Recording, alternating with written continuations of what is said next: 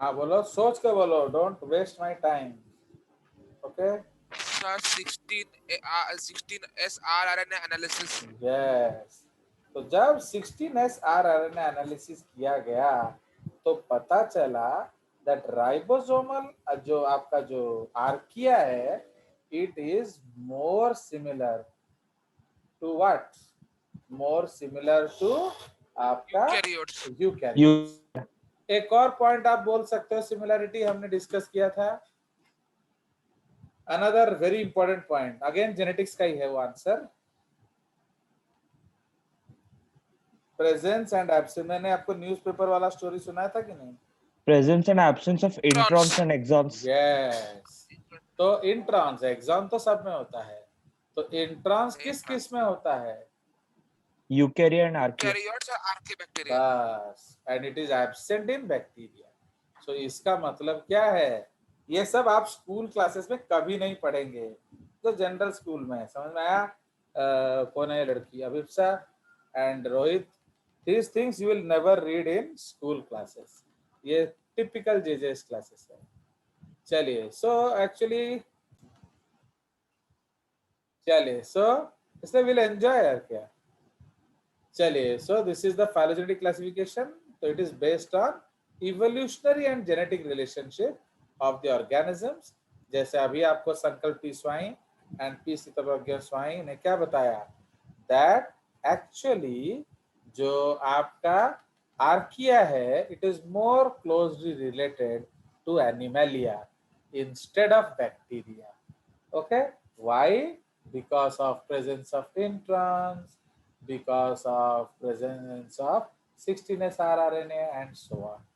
चलिए, so we will discuss. It enables us to find out the ancestors of derivatives of any taxon. अब देखिए, पहले क्या था ना, पहले हम लोग सोचते थे that immediate ancestor of humans कौन था बोलिए? तो people used to think it is gorilla, है क्या, ओरंगुटैन, बोनोमोनिस्वा। तो पीपल सोचते थे ओरंगुटैन जो है वो आपका that is the what, it is the ancestor of your humans. Yes, but today हम किसको डायरेक्ट एंसेस्टर बोलते हैं? That is chimpanzee. समझाया? So that is the concept. चलिए सो ये हमारा केस है। तो our present day knowledge is insufficient to construct a perfect phylogenetic classification. क्यों बोलिए? Because it is we are still in the क्या, in the journey of getting more and more knowledge. ये जो note है ये बहुत पुराना नोट है, तो उस समय 16S आरआरएनए का शुरुआत भी नहीं हुआ था, बट अब तो हो गया है ना, अब बहुत सारा चेंजेस आएगा। So this system was used by Engler and Prandtl. तो ये जब हम लोग प्लांट क्लासिफिकेशन पढ़ेंगे, Engler, Prantl and Hutchinson. So these are three famous plant biologists जो ये कंसेप्ट को करते हैं। अंडरस्टूड? चलिए, अब natural and phylogenetic classification are similar, तो हमने देखा ही था कि उसमें भी हम लोग देख रहे हैं इवोल्यूशनरी रिलेशनशिप, इसमें भी देख रहे हैं इवोल्यूशनरी रिलेशनशिप। ठीक है? So the organisms that are closely related evolutionary are usually similar structurally also. Therefore, the natural classification devised by taxonomists who believed in the fixity of species is similar to the present day phylogenetic classification. ठीक है?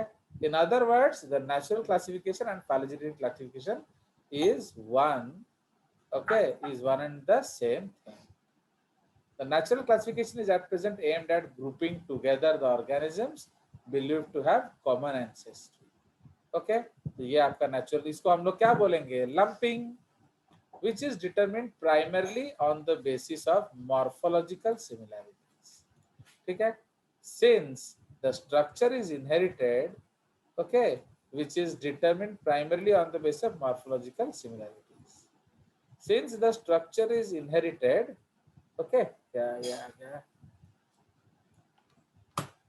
Since the structure is genetic, similarity of structure often indicates relationship. The characters that indicate relationships are differentiated from those which do not show relationship and are used in classification. तो ये आपका जो है वो similarity को discuss कर रहा है, तो इसको हम लोग एक नोट लिख देंगे। चलिए, तो अब हम लोग आ जाएंगे गाइडलाइंस। तो इसलिए हम लोग अभी चले जाएंगे गाइडलाइंस में। तो ये थोड़ा अभी will come to concept of biological nomenclature, तो जो कि हम लोग पढ़ रहे थे। फाइन। सो कॉमन नेम्स को हम लोग क्या बोलते हैं? Vernacular names. ठीक है, तो इट्स एडवांटेजेस एंड डिसएडवांटेजेस। तो अब we cannot talk about objects present around us without giving names for them. This is true for animal and plant. Names are essential for distinguishing them from others. Naming started with the appearance of language in human civilization. Common names given from the earliest time have been handed down from generation to generation. अब आप आलू को आलू क्यों बोल रहे हो? क्योंकि डैडी मम्मी ने बोला। डैडी मम्मी ने आलू को आलू क्यों बोला? क्योंकि दादाजी ने बोला। दादाजी ने आलू को आलू क्यों बोला? क्योंकि परदादाजी ने बोला, एंड सो ऑन। ओके, जैसे हम लोग हैं, हम लोग जो गंजामिया लोग हैं, we are basically from Ganjam district. तो इन आवर डिस्ट्रिक्ट हम लोग टमाटो को क्या बोलते हैं? बोलो तो बोलिए, what do we call tomato in Ganjam? बिलाती बैगन। समझ रहे हो? so that is referred to as बिलाती बैगन। तो आप सोच लो, that you know that is the reason मंदिरों में, हमारे ओडिया टेम्पल्स मानकर देखिबो, they don't use tomato in the भोग, क्योंकि वो फॉरेन प्रोडक्ट है, वो इंडियन प्रोडक्ट नहीं है। तो इसलिए tomato is not used in Hindu temples. Okay, चलिए, सो लाइक दैट। तो अब इस तरह से कंसेप्ट है। तो एडवांटेजेस ऑफ कॉमन नेम क्या है? यूजुअली शॉर्ट, आलू। अब आलू का जूलॉजिकल नेम क्या है? Solanum tuberosum. ओके, अब जाके आप मार्केट में बोलोगे सोलानम ट्यूबेरोसम दो, तब तक वो उधर से भाग गया होगा, उसका आलू बिक गया होगा। ओके ना? चलिए, तो उसी तरह easy to learn, speak and write, familiar to people from the very childhood. तो इसके लिए आपको सीखने का कोई जरूरत नहीं है, ये कॉमन डे टू डे जब बातें चलता है तो आपको पता चल जाता है। ठीक है। नाउ ड्रॉबैक्स क्या है? They are insufficient. Same organisms may be known by more than one name. Okay, जैसे आपका डिफरेंट स्टेट्स में आपका अलग अलग नाम हो सकता है। मैंने एक आइडेंटिटी के लिए दिया है। Okay, in the same name in the same language, same organ may be known more than one name in the same language।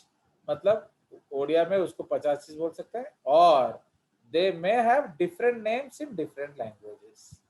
ठीक है, तो उसमें एक एग्जांपल हमने दिया है चिड़ी।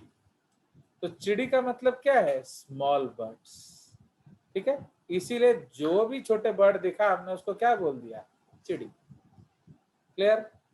नाउ ओनियन जो है उसको हिंदी में हम बोलते हैं प्याज, ओडिया में बोलते हैं पियाज, तमिल में बोलते हैं वेंगयम, कन्नड़ा में बोलते हैं इर्रुली। ओके, पंजाबी में बोलते हैं गंडे। ओके, तो अब सोच लो, अब आप जाके सपोज उधर मांगोगे गंडे, ओके, एंड तो we have different concepts also. Now उसके बाद हमारे यहाँ जिसको हम प्याज कहते हैं उसको शायद किसी जगह पर आलू कहते हो, है कि नहीं? The common name is common, तो just like that, right? So they lack a scientific basis. They may be fantastic to hear. पर कुछ नाम है जिसको आपको मजा आएगा। टच मी नॉट, आप एक जानते हो कि नहीं? लाजकुली जो पेड़ है उसको क्या बोलते हैं? Touch me not. किस मी क्विक, तो किस मी क्विक किसका नाम है? यूफॉर्बिया मिली, ये कैक्टस पेड़ है। Hens and chickens, sempervivum soboliferum. Widow's tears, tradescantia या rhoeo discolor. Blood sucker, calotes. Calotes किसको मालूम में बोलते हैं? ओडिया में उसको एंडुआ बोलते हैं। Love in the mist, that is called Nigella, Damascene. Forget me not, That is also the common name of Myosotis sylvatica. And yesterday, today, tomorrow. This is the common name of Brunfelsia hopiana. तो देख रहे हो नाम कितना सुंदर है. But does kiss me quick anything deal with euphorbia? Euphorbia एक cactus है. Will you kiss it? बोलिए. No, sir. No, No. sir. No, तो sir. फिर कॉमन नेम आपको गाइड कर रहा है ना मिसगाइड कर रहा है. बोलिए. Misguide कर रहा है. ताहले so that is the case. तो इसीलिए it does not guide you, instead it is misguiding you. Fine, it is a type of the what?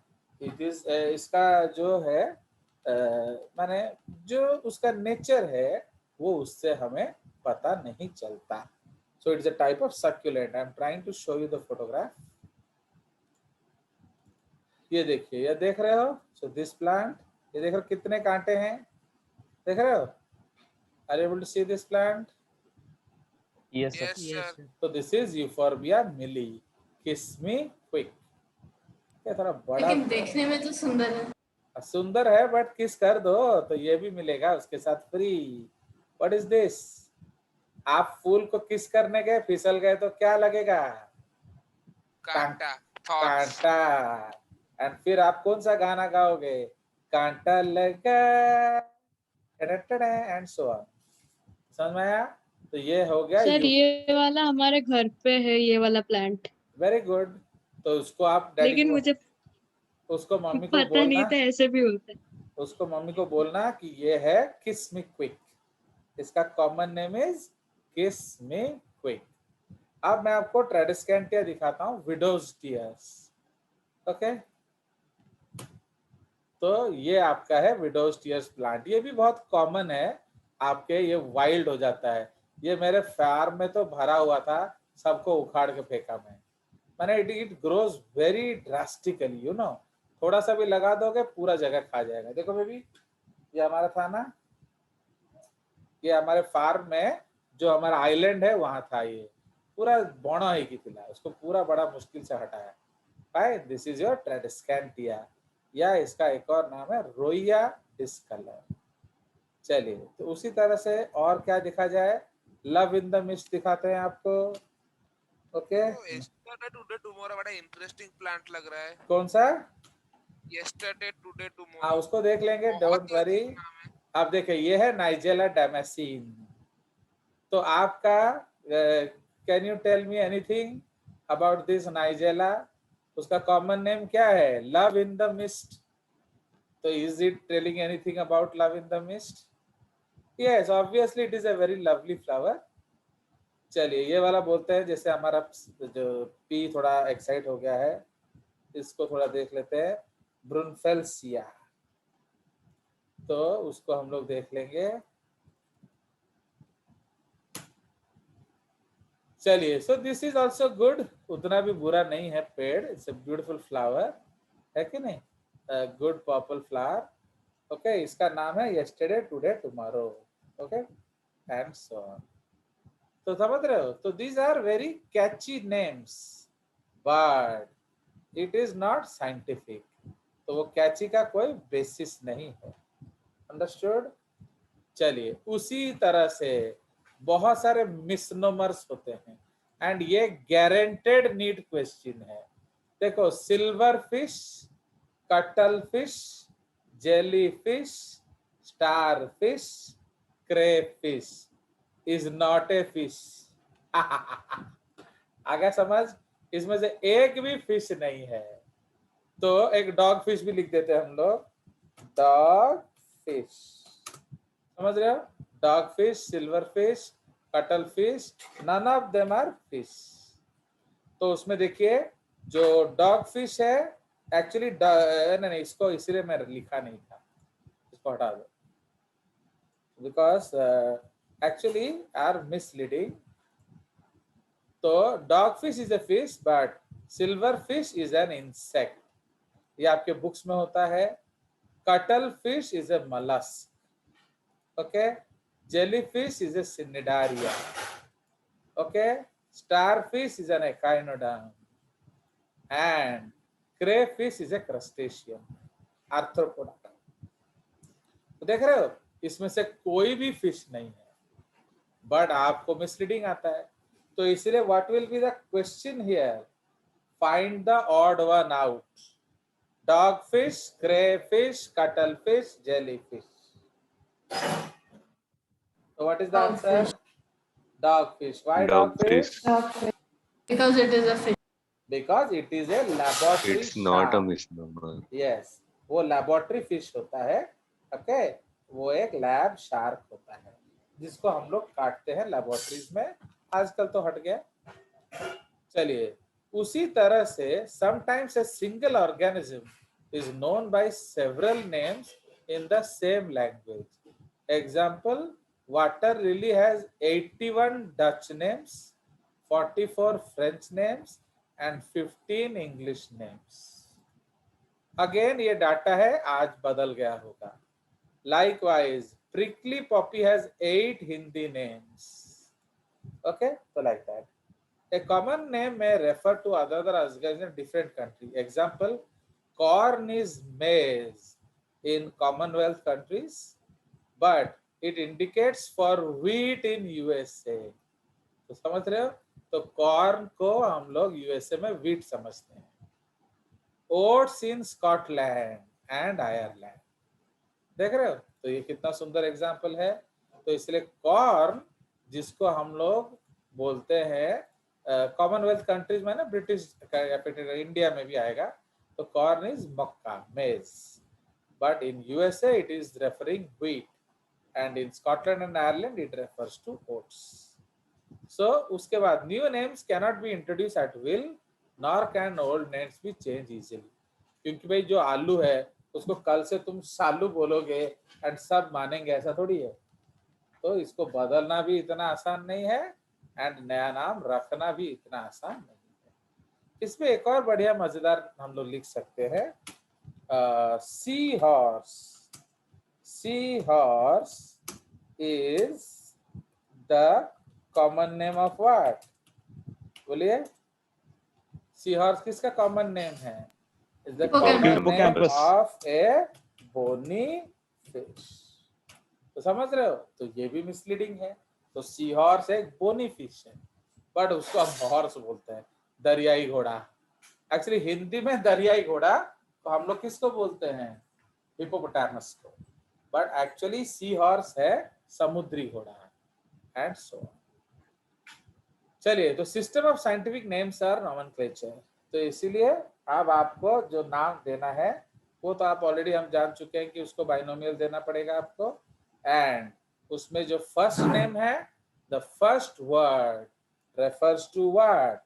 Genus, and the to which the organism, and the second word is referred to as species. Understood? But मैंने आपको उस दिन क्या सिखाया था? That species name, Only species name is not हाँ, definite. yes, only species name आप ले नहीं सकते। Suppose मैं आपको पूछूंगा what is the species name of onion, तो आप क्या बोलेंगे? Allium cepa। भाई एलियम सेपा तो जीनस स्पीशीज दोनों नाम है? No, because species name does not exist without a generic name. Okay, तो species name is meaningless without a generic name. Suppose what is the species name of dog? ऊपर दिखाए बोलो, familiaris. What is the species name of rose? Indica. अरे indica तो कुछ भी है, मेरा कार का नाम भी इंडिका है। तो अब my car's name is also indica. Does it indicate that it is derived, it is a rose? समझ रहे हो कि नहीं? No sir. इसीलिए स्पीशीज नेम जो है वो, या अभिप्सा ये आप जानेंगे क्योंकि आप शायद उस दिन नहीं थे। तो always remember species name you have to use along with genus name. तो इसलिए अगर आप सिर्फ एक ही नाम याद रखोगे तो कौन सा याद रखोगे? बोलिए, genus. So if you have to remember only one, you will remember what? Genus. कोई शक? No sir. चलिए, सो ये आपका हो गया बाइनोमियल नोमेनक्लेचर एंड आप देखिए बढ़िया सुंदर सुंदर नाम है, लैटिनाइज करना है नामों को, अंडरलाइन करना है, ये सब हम जान चुके हैं। तो हम लोगों ने उस दिन डिस्कस किया था फिकस बेंगालेंसिस। तो बेंगालेंसिस क्या इंडिकेट करता है? फ्रॉम बंगाल। उसी तरह से आप देखिए ये ट्राइनोमियल नॉमेनक्लेचर। तो ट्राइनोमियल नॉमेनक्लेचर एक यूनिक कंसेप्ट है। ओके, कभी कभी अगर आपका जरूरत पड़ा तो हम सब स्पीशीज नेम को भी यूज करते हैं। तो इसीलिए होमोसेपियंस जब खोज से बैठा तो होमोसेपियंस यूरोपियस, यूरोपियन नेम में मैन है। Corvus splendens splendens, Indo Pak house crow, corvus splendens insolens, Burmese house crow, corvus splendens protegatus, Ceylonese house crow. तो देख रहे हो, तो इसलिए ये सब स्पीशीज है। मतलब अगर हम इंडिया एंड बर्मीज को क्रॉस करें तो उनका बच्चा होगा। Okay, so they will have babies, no problem, ठीक है जी। so उसका बेबीज होगा, फाइन। तो ये याद रखेंगे। नेक्स्ट पॉइंट, अब साइंटिफिक नॉमेनक्लेचर में आपको कुछ चीजें याद रखना पड़ेगा। तो ये आपके अलग अलग कोड्स है नॉमेनक्लेचर के। ICBN is international code for botanical nomenclature, ICZN zoological nomenclature, ICBACN bacteriological nomenclature, ICTV it is International Committee for the Taxonomy of Virus, and ICNCP this is International Code for Nomenclature of Cultivated Plants. Now please remember इसमें से एक question आपका guaranteed आएगा NEET में, तो ये याद रखिए। चलिए, उसके बाद जब हम लोग नेमिंग करेंगे तो what precautions you have to use. Okay, so इसीलिए आपको कुछ प्रिकॉशंस यूज करना पड़ेगा। Point number 1, the system of nomenclature is adopted binomial. Okay, बने जनरली आप कोशिश करेंगे दो नाम में सिमट जाए काम, बट जरूरत पड़ा तो ट्राइनोमियल ले सकते हैं। भाई अगर कोई मजबूरी आ गया तो go for trinomial. Okay, now उसके बाद though the above mentioned codes are separately and the same, okay, though the above mentioned codes are separately and the same generic names can be given to different organisms belonging to these domains, it should be avoided. Okay, generally कभी कभी हम लोग generic name same दे देते हैं, तो उसको कोशिश करिए कि उसको अवॉइड किया जाए। Okay okay, though the above mentioned codes are separate, okay, and the same generic names can be given to two. मतलब सपोज जैसे वायरस है, ये कोड का मतलब क्या है? वो जो हमने पढ़ा बॉटनिकल नोमेनक्लेचर, जूलॉजिकल नोमेनक्लेचर। तो ऐसा हो सकता है आप किसी फ्लावर का नाम गोरिल्ला दे दे, समझ रहे हो? You can give the name gorilla to any flower. Why?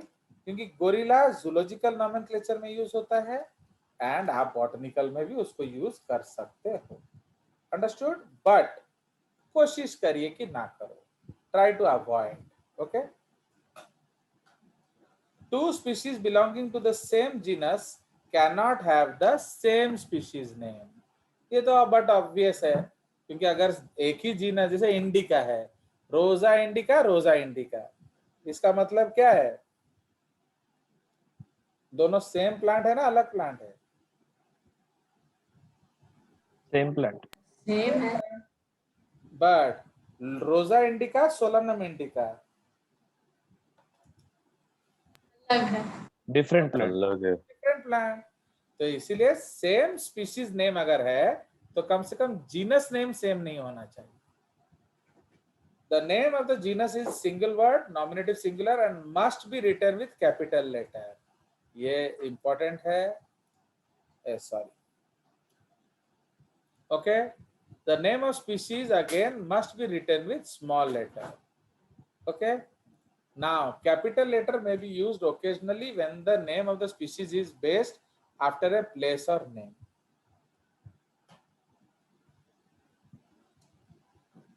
जैसे फिकस बेंगालेंसिस, उसमें आप कैपिटल बी लिख सकते हो, वो रूल है। क्यों?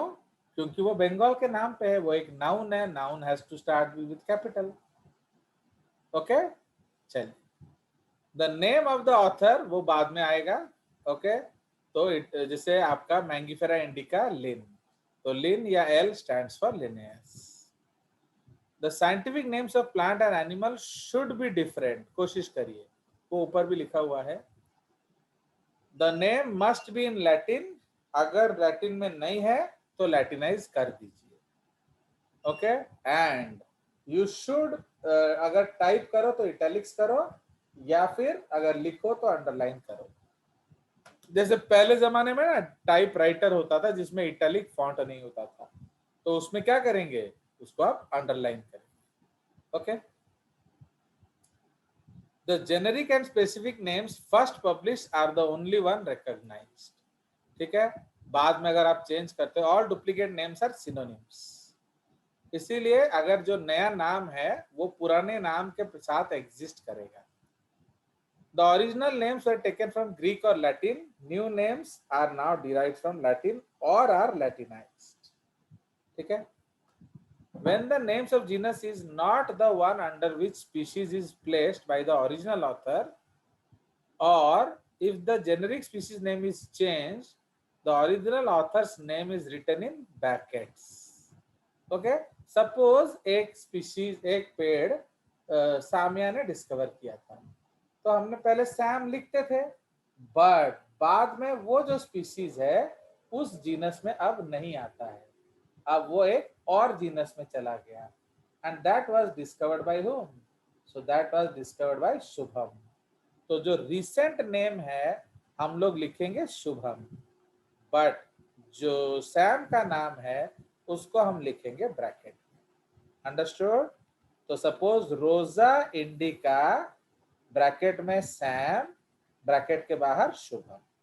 Do you understand? Yes sir. आप जाके Yes, घर पे sir. दोबारा इसको अच्छे से पढ़ लेना, तो ये आप